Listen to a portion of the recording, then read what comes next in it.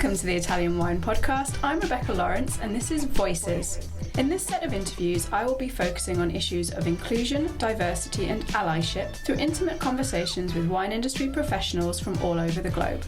If you enjoy listening, please consider donating through ItalianWinePodcast.com.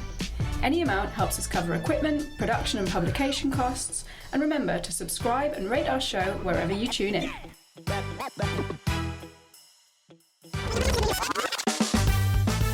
Before the show, here's the shout out to our new sponsor, Ferro Wine. Ferro Wine has been the largest wine shop in Italy since 1920. They have generously supplied us with our new t-shirt. Would you like one? Just donate €50 and it's all yours. Plus, we'll throw in our new book, Jumbo Shrimp Guide to International Grape Varieties in Italy. For more info, go to ItalianWinePodcast.com and click donate, or check out Italian Wine Podcast on Instagram.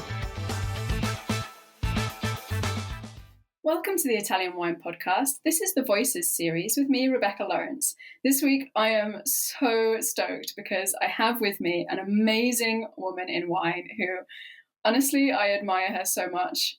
Jodie Hellman, welcome to the podcast. Thank you so much, Rebecca. I admire you as well, and I'm really glad to be a part of the series. This is going to be such a great conversation. So to kick us off, I like to start most of these conversations by asking my guests to introduce themselves to our listeners in case they're not aware of who you are. So maybe you can tell us a little bit about who you are and what you're currently working on. All right. So my name is Jodie Hellman, and I live in fabulous Las Vegas, Nevada, where I work in distribution, wine, spirits, and beer for a company called Johnson Brothers Distribution. And actually, this is a brand new position for me. Just started working for this company. Prior to that, I had been working for an import company for the last 6 years, and due to COVID, made some adjustments. So I am really excited to get started in my new position. I've also worked on the Las Vegas Strip as a sommelier for about 10 years for some pretty well-known chefs internationally. And, that's kind of where I got into wine just in general, was from working in restaurants and growing up in the restaurant business. It was something that I always went back to. I was supposed to go into commercial art. That was kind of my plan for college. And I got a job working in a bar in Fort Lauderdale, Florida, and was having way too much fun. And thought, well, I can always go back to school. And then I just kind of got sucked into the world of hospitality and then kept moving forward and moving up until I found myself working on the Strip in Las Vegas. So, and got involved in wine from that side, and then decided that, well, working nights and weekends isn't as much fun. I'd like to have a little bit more of a life, and then kind of went on to the other side of the wine world with actually selling wine and educating people from the other side. It's a really nice conversion of, seeing both sides of the industry. I think it's so valuable when you get to the other side, when you get to educating or distribution import, that you've worked on the floor, that you've had those customer interactions. I think it gives you a whole other set of skills when you're dealing with clients or when you're presenting, that maybe if you had gone straight into that side of things, you just wouldn't have that kind of little bit of extra. Yeah. Well, for me, it gave me the idea of, well, who do I want to be? Because I knew who these people were that were coming to see me. And I tried to take the best of the things that I liked about the people that came in to make a sales call and channel that into what I wanted to do and how I wanted to present myself to others. So, because there's some people that you really liked when they came to see you, and other people you maybe didn't have as much time for. So it's all at the end of the day about relationships. I know it's kind of, the things that everybody says, oh, it's relationships, but it is you want to have a comfort level with people. And, I wanted people to feel comfortable with me when I showed up. I wanted people to be happy to see me. Wow. I think you just exude that when you talk to people. That's certainly, I think, how we connected, because it was so nice because we first met during VIA in New York.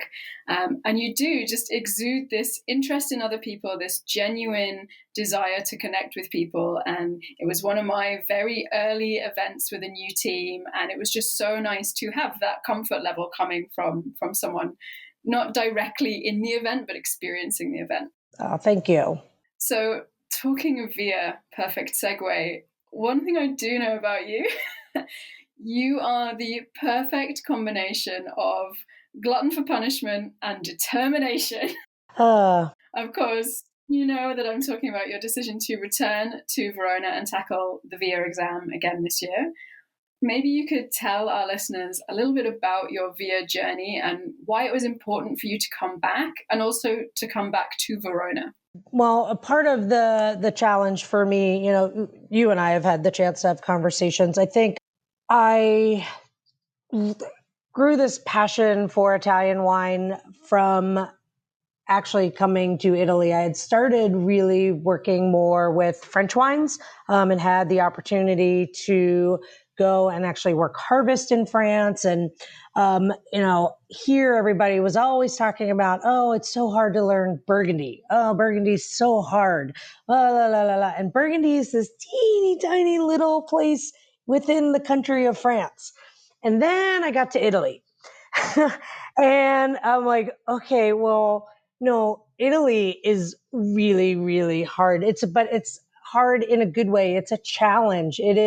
There is endless opportunities to learn and educate and learn from different regions and areas. And so I kind of looked at it as a giant version of Burgundy. I'm sorry, I don't mean to insult any Italians out there, but I hope you understand what the comparison is. It was just never ending. And for me, I need to have my interests held. I need the challenge personally to be able to continue forward. Once I master something, I tend to just lose interest. And I feel like Italian wines for me it's a never ending way of information, and I'm never going to lose interest because every region, all the different grape varietals, and now we're starting to get so much more involved in the soils, and it's a lot. And I kind of got brought in through another friend that had gone through the program originally, and I mastered every exam I've ever taken in the wine world. With the Court of Masters and taking some WSET classes, I've never had any issues. So when I first came to take the exam, I took it in Verona, and I did not pass. But there were two things that happened. One was I was super frustrated because, like, wait a second, I've passed everything. I'm smart. I should know this stuff. And then the other thing, though, that was secondary that happened, but was really the best thing about it, was the amount of people that I met from all over the world kind of focused on the same thing and how it brought us all together. I'd never been in a room with people from Russia and China and Japan and Canada and South America. I believe that first year we had somebody from Dubai in that particular course. I don't know that you were around just yet, Rebecca. But that sense of community and staying connected to all these people after I left was like, all right, this is something bigger than just the test. There's a real connection here. And it was, I was hooked. That's it. I could learn from other people as well. And it was all connected through Italian wine. So that was how I got started. And now it is just a challenge for me to figure out how I'm going to pass the exam as a personal challenge, because the rest of it everything else that I get from being a part of the community is actually more important than actually passing the exam at this point, even though I need to do it for myself. for just a personal challenge. The connections that I've made over, the last couple years, actually, because we lost a year in 2020, has just been invaluable. Yeah, I love that about VIA. And I had a similar experience to you in that passed all my other wine exams, absolutely no problem, came to VIA and just failed spectacularly on my first try. And it was that huge shock of like, wait, what? But it's one of the things about VIA that is so great in this community is that everyone around you is like, but it's okay.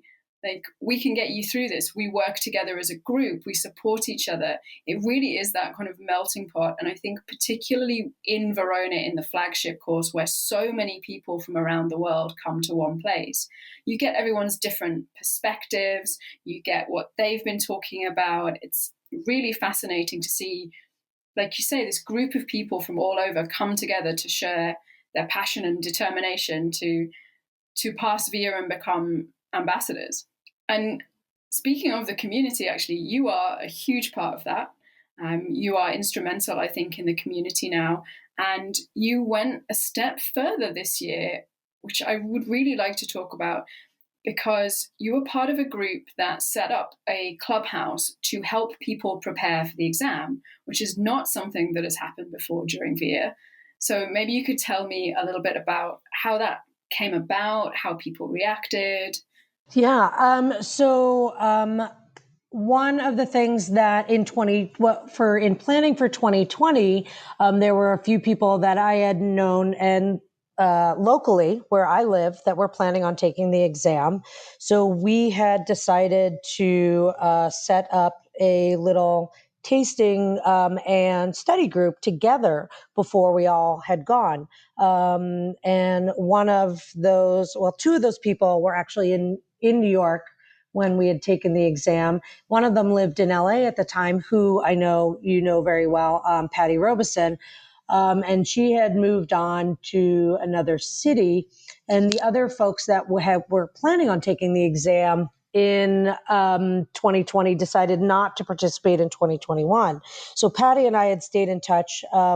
We had known each other in the wine world prior to VIA, just from the sales side of things, where she was a buyer and I was selling wine to her for a while. And we became friends from that side and stayed in touch. And then Clubhouse had started, or Stevie Kim really got involved and wanted to get a lot more people involved in Clubhouse right around the same time as we started talking about how are we going to, now that she was so far away, we couldn't do weekends together or weekend trips, driving back and forth to study. How are we going to put this together and really, come up with a way that we can study? And, Clubhouse just started becoming a thing. So we decided to start our own little Clubhouse group, and we utilized the same outline that we had planned on using before. And then it kind of started off as a chat and like a support group, if you will, for people that had already taken the exam and didn't pass the first time and wanted to figure out a way to get there and talk about their own experiences.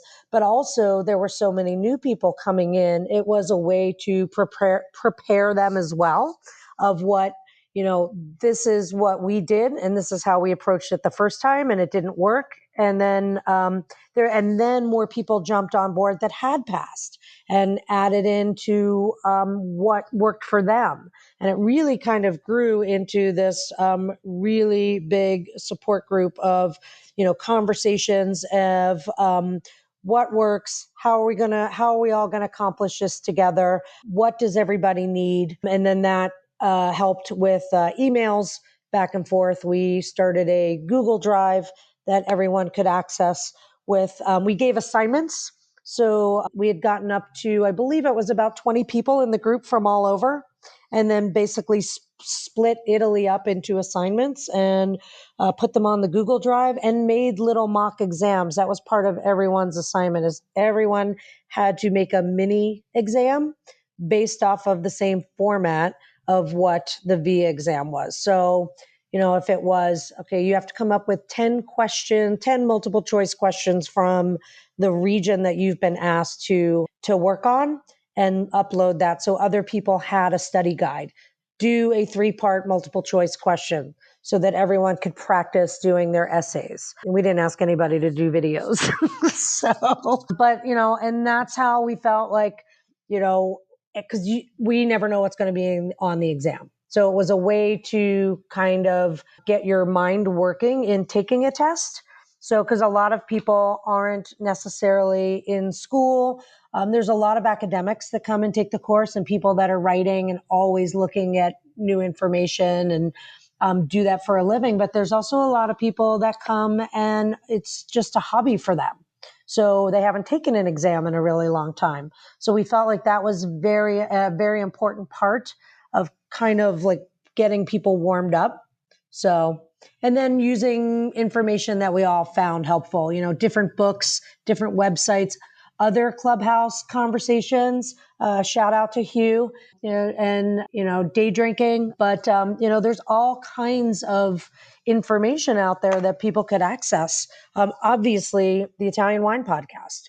So, and letting people know, go here, go there, and sharing all that information together. I just think that's so incredible to really take the network of people that you have already and then find a way of bringing them together. Like you say, it came out of the fact that you and Patty couldn't get together at weekends. So you just naturally found another way to make that happen. And then slowly people just started kind of gravitating towards this support system. And I think a lot of people in that room during that exam would not have been as prepared as they were without having had that kind of divide and conquer approach. I think it's amazing. Well, thank you. It's something that, I think for me personally, it was the thing that kind of made me feel, even though I didn't pass yet again, the fact that there were people in the room that I knew were a part of that and got something out of that gave me more satisfaction than actually passing anyway. Like it was easier to take this time around.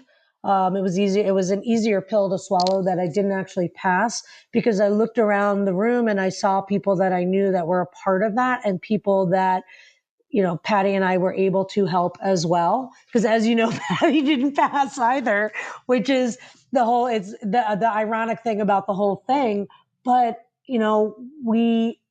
there was such a sense of pride, like kind of, I don't know if I would call it mama pride, but still that, feeling of just like, I know that I really truly helped someone. And so I'm there, I have the knowledge. And now these are people that are a part of the community forever. And that was at the end of the day, the thing that really, I wasn't as disappointed. The only time I got sad was when I got a text from my dad because you were there, and it was more about, getting, and it was a huge and beautiful supportive message. So that, tugged at my heartstrings a little bit. But at the end of the day, it was like, wow, this is awesome. It keeps getting better every time.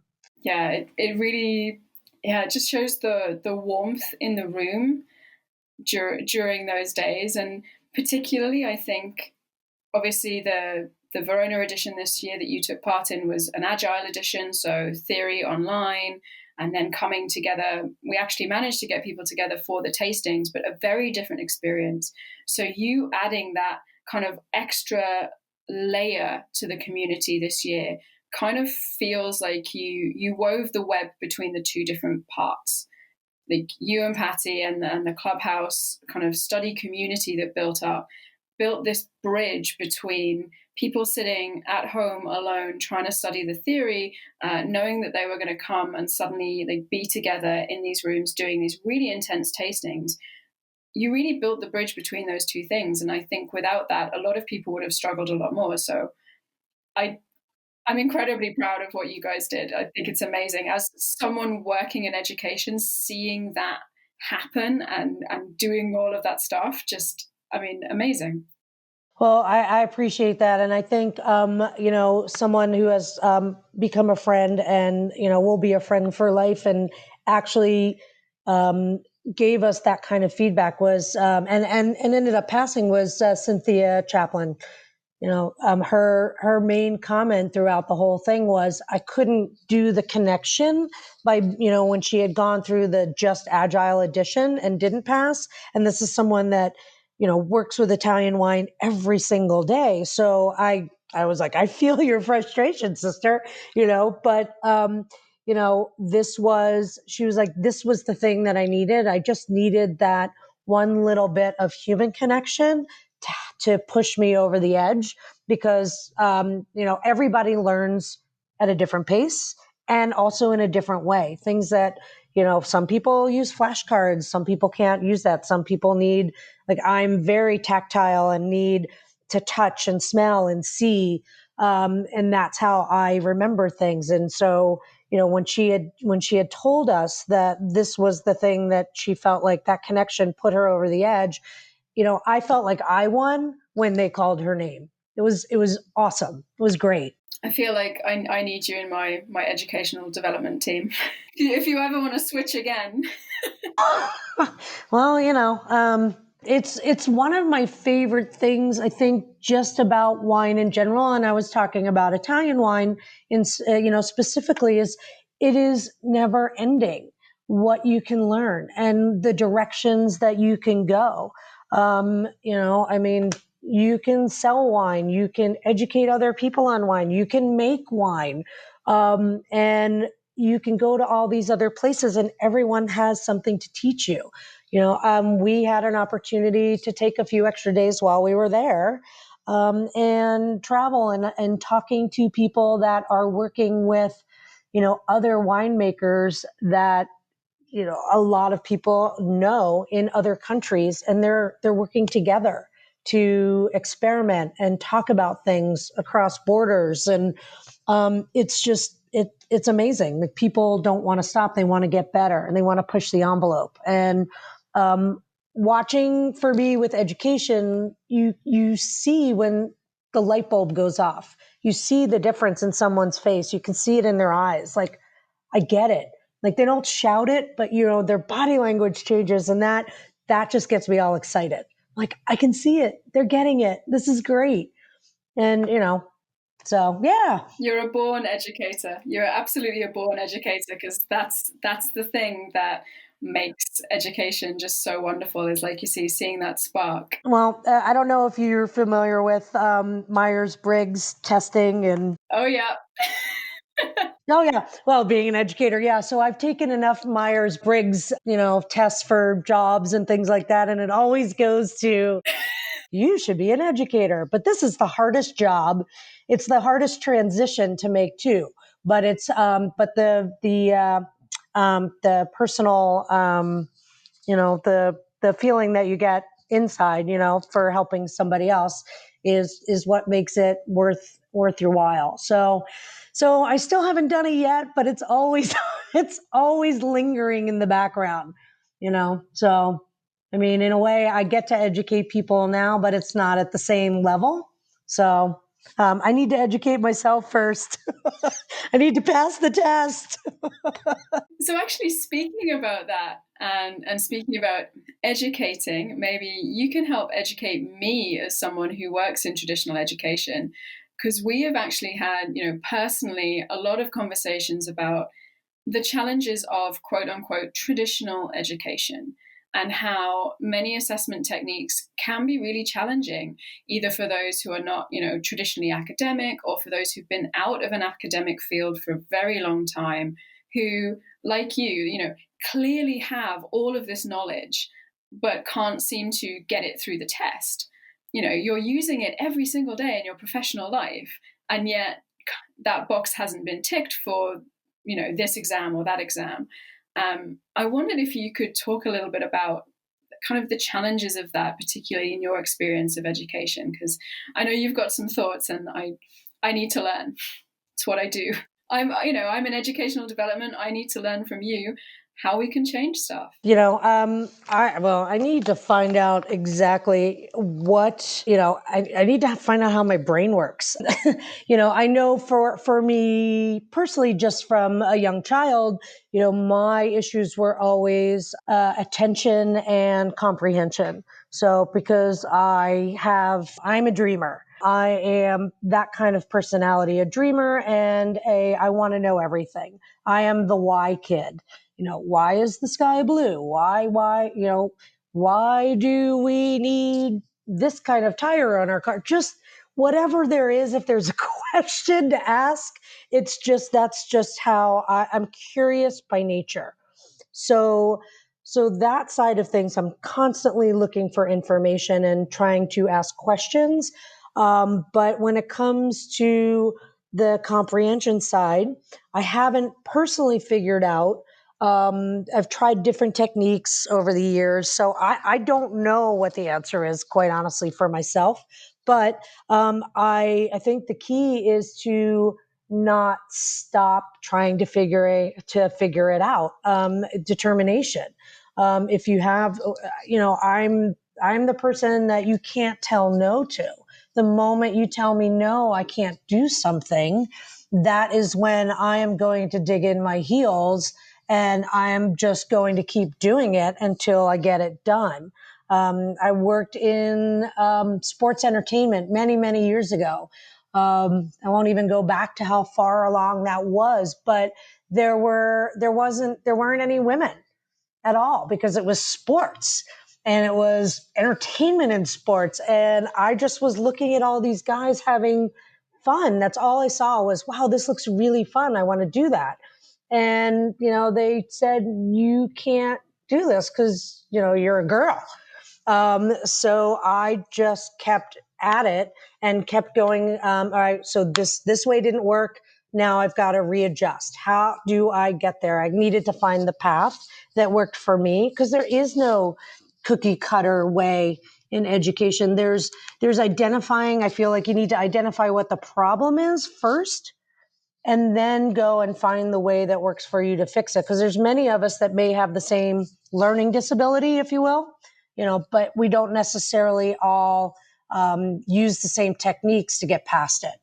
So, for like somebody that's dyslexic and can't read, or for me, I have to read sometimes the same paragraph 5 or 6 times before the words come together and I can comprehend what it's actually saying. It just looks like a bunch of words on a sheet of paper.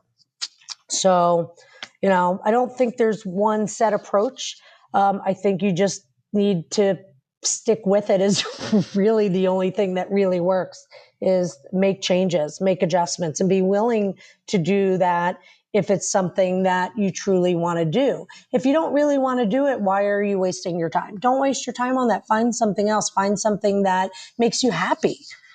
Because then it's a, stupid and futile gesture on your part to, work for something that what is it? What am I looking to accomplish by learning this at the end of the day? What is this going to do for me? I feel like, probably without realizing, you hit upon a really important point there for both educators and learners, which is sometimes I think forgotten because it's so obvious that we forget it. And that's that everybody learns and approaches learning in different ways. And I see this classically with a lot of education, that courses are built with only one way of learning something or one way of approaching something. Whereas, you're a tactile learner, I'm visual and aural, so listening to things, making up songs about things. I notoriously make up raps when I learn about wines, and I'm super, super visual. Oh God. Oh, I can't wait to hear one. Maybe the next podcast needs to be a list of your wine rap songs and Aaron Demera, because part of our trip afterwards, I don't know if you've ever heard his wine raps. Oh my God, they are incredible. Yeah, there we go. There's a conversation for you to have, is Italian wine raps. Because this is something this is something I use when I'm teaching. I use wine wraps in the classroom because there's probably someone sitting in that classroom looking at the projector or looking at my scribbles on the whiteboard who's not connecting with that at all. They need that information in a different way. And I think what you said about, don't just assume there's one way to do it. Don't assume that there's a problem with you in the sense of like, just because you need to find a different mode of doing it, that's not a bad thing. In fact, that's actually a really positive thing. So I think we touched on something super, super cool. So we haven't got loads of time left. So I wanted to talk about something else you managed to do in Verona this year. You were invited to judge for the 5-star wine selection, and specifically for Wine Without Walls, so the sustainable, organic, biodynamic category. I wondered if you could talk a little bit about your experience. It was your first time joining the selection, and maybe what it meant for your tasting confidence. Well, yeah, it was definitely something that I was surprised and honored to be a part of the judging. Looking around the room of the people that had been a part of that group, there were so many people in that room that I had admired from afar for a number of different reasons. There were winemakers in there. There were people that were writers that I knew of their work. There were people that I knew just from the wine community, educators. There were some, so-called celebrities in there. It was such a great group of people and people that I admired from afar. So to be a part of that, first and foremost, was very flattering. And then to be able to sit down at a table with a smaller group and everyone had a purpose and had a different background and purposefully had a different background, with every table having someone that made wine and, somebody that wrote about wine and somebody that sold wine and someone that worked in a restaurant and someone that had retail, having that smaller group in those conversations to listen to how other people approached it, and everyone, because they had a different background in the smaller groups, approached the wines a little bit differently. I felt very lucky as well in talking to other people, throughout the couple of days and what their challenges were. Our group was very in tune, very, very similar in their likes. There was the occasional offshoot, where one person was just, I did not, care for this at all, or really, really was passionate about something that maybe everybody else wasn't. But for the most part, I had such a great experience because I was with a group of people that, was like-minded and, similar palates. So it kind of, for me, validated what I was tasting in the glass by having the opportunity to do that and do it blindly, because as these wines come out, you can't see what the wines are. You literally, that it's red or white or rosé or bubbles. And until, you taste it, you don't really know what you're going to get. Where basically it's from and what the grapes are most of the time. They give you a tiny bit of information and that's it. And you are truly evaluating something based off of merit, not because it's somebody that not because your judgment isn't tainted a little bit by, having a relationship with someone or having, experienced the wine in the past. I think sometimes those little things influence our thoughts on stuff and influence our decisions because it's human nature, because you want to like it, especially if it's a person that you like. So it was really interesting to taste a lot of wine from a lot of different places and really evaluate it in that circle of people. So Cool. It's such a wonderful space to be a part of. It was great watching you guys taste. So Speaking of tasting, before we kind of wrap this up, is there a particular Italian wine that you're enjoying at the moment? Is there something you've discovered recently or something you've come back to that's just bringing you a little bit of Italian wine joy? I keep tending, there's not one thing in that. It really is what makes, at the end of the day, what's so great about Italian wine is I know that there's some people out there, hashtag Verdicchio boy. There are people out there that really do have a passion for just one thing, but because there is so much to learn about, I get sucked in by one thing and it moves me on to something else. And to me, that's the pleasure of Italian wine, is being able to go back to things. Just recently in my new position, we think about the North and, I never really thought about it as much in thinking about Soave. And now I'm like, oh yeah, I tasted a wine while we were there that was, a 10-year-old Italian white wine as part of opera wine. And, and there were a lot of people after the fact talking about this one particular producer and this one particular wine and the fact that Italian white wines can really age and, that people didn't think that before. So, it's those little moments. It's more about the aha moments than any one thing in particular. Like, aha, this is incredible. And wanting to share that with everyone immediately. Oh my God, you got to go taste this. Oh my God, you got to try this. And then, going back to it and learning about it, an area because of that, one special glass of wine. Yeah, and that is truly never ending when it comes to Italians. Jodie, thank you so much for joining me on the Italian Wine Podcast today. It's just been so nice to talk to you again and also to share your passion for this stuff with the listeners, because obviously I'm very familiar with it, but it's nice to get your voice out there on this series. So where can people find you online or on social media? So I am on Instagram at Jojo Wine Girl. On Facebook, it's under my name. It's Jodie Hellman.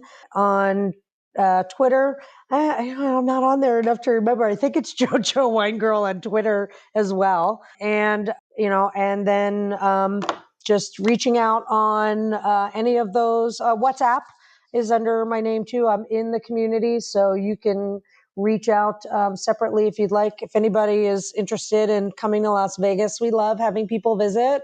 So, and there's probably a lot of people in the community that recognize there are actually quite a few members of the VIA community that live here specifically, probably an unusual percentage of people that live in this area. So there's always people here that you can reach out to besides myself and are always happy to share a glass of Italian wine and share a little bit about our city because we love our city as well. Yeah. So if you're ever find yourself in Las Vegas, please reach out. One day I will drink a glass of wine with you on your home turf, not my home turf. Well, one thing that we can do, I haven't done it in years. I did it for 5 years in a row, but I know this is your side thing, so maybe this is a challenge. We do a half marathon and a full marathon on the Las Vegas Strip at night.